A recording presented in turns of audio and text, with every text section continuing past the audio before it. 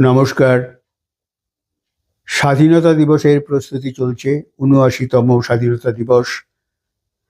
বিভিন্ন জায়গায় শোভাযাত্রা, পতাকা উত্তোলন, মঞ্চে মঞ্চে অভিভাষণ, বক্তৃতা, লালকেল্লা থেকে প্রধানমন্ত্রীর বক্তৃতা, বিভিন্ন রাজ্যের মন্ত্রীদের বক্তৃতা আমাদেরকে আশ্বস্ত করবে, এটাই আমরা ভাবি। আগামী দিনের রূপরেখা তৈরি হবে। ৮০ বছরের দিকে আমরা যাত্রা করব।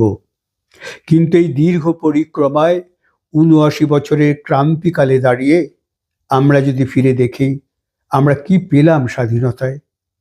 আমরা কি আর্থিকভাবে স্বনির্ভর হয়েছি? কৃষিক্ষেত্রে আমাদের কৃষকরা কি নিরাপদ অবস্থায় আছেন? নারীর সম্মান কি রক্ষিত হচ্ছে? শিক্ষাক্ষেত্রে আমরা কি জয়ধ্বজা উড়িয়ে দিতে পারছি? আমাদের কৃষ্টি, সংস্কৃতি, ঐতিহ্য কি আমরা লালন করতে পারছি? প্রত্যেকটা উত্তর আপনাদের জানা। আজকের দিনে এই সমস্ত উত্তর জানিয়ে আপনাদের মনে করিয়ে দিয়ে আর ভারাক্রান্ত করতে চাই না। শুধু এটুকুই, যে স্বাধীনতা আমরা পেয়েছিলাম, এটা সেই স্বাধীনতা নয়। এ স্বাধীনতাকে রক্ষা করবার জন্য আমাদের অনেক ত্যাগ তিতিক্ষার দরকার। আমাদের প্রত্যেকের নিজেকে তৈরি করতে হবে। আমরা নাগরিক হিসেবে যদি সচেতন নাগরিক তৈরি হতে না পারি, তাহলে এই স্বাধীনতা শুধুই কথার কথা, কথার ফালুস।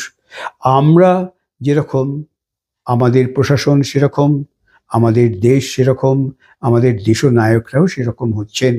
কাজে আজকে আমরা কোথায় পাবো বিনয় বাদল দীনেশ, নেতাজি সুভাষচন্দ্র বসু, ক্ষুদিরাম বসু? তাদের বড় অভাব। তাদের মতো আমাদের ঘরে সন্তানেরা বেড়ে উঠুক। আগামী সন্তানরা আমাদের সেই রক্তিম সূর্য ছিনিয়ে আনুক। স্বাধীনতার যে স্বপ্ন দেখেছিলেন সেই আত্মত্যাগী বিপ্লবীরা, তারা, আর এই ১৪০ কোটি দেশের আমরা সবাই যে স্বাধীনতার জন্য উদ্গ্রীব, তার জন্য আমরা সবাই নিজেদেরকে প্রস্তুত করি। অন্যের দোষ না দেখে আমরা নিজেই নিজেদেরকে সংশোধিত করি। আমরা সংশোধিত না হলে স্বাধীনতার সূর্য আমাদের থেকে আস্তে আস্তে অস্তমিতই হয়ে যাবে। শুধু কালের গর্ভে লেখা থাকবে ১৯৪৭ সাল, ১৫ই আগস্ট, তারপর তমসার রাত্রি।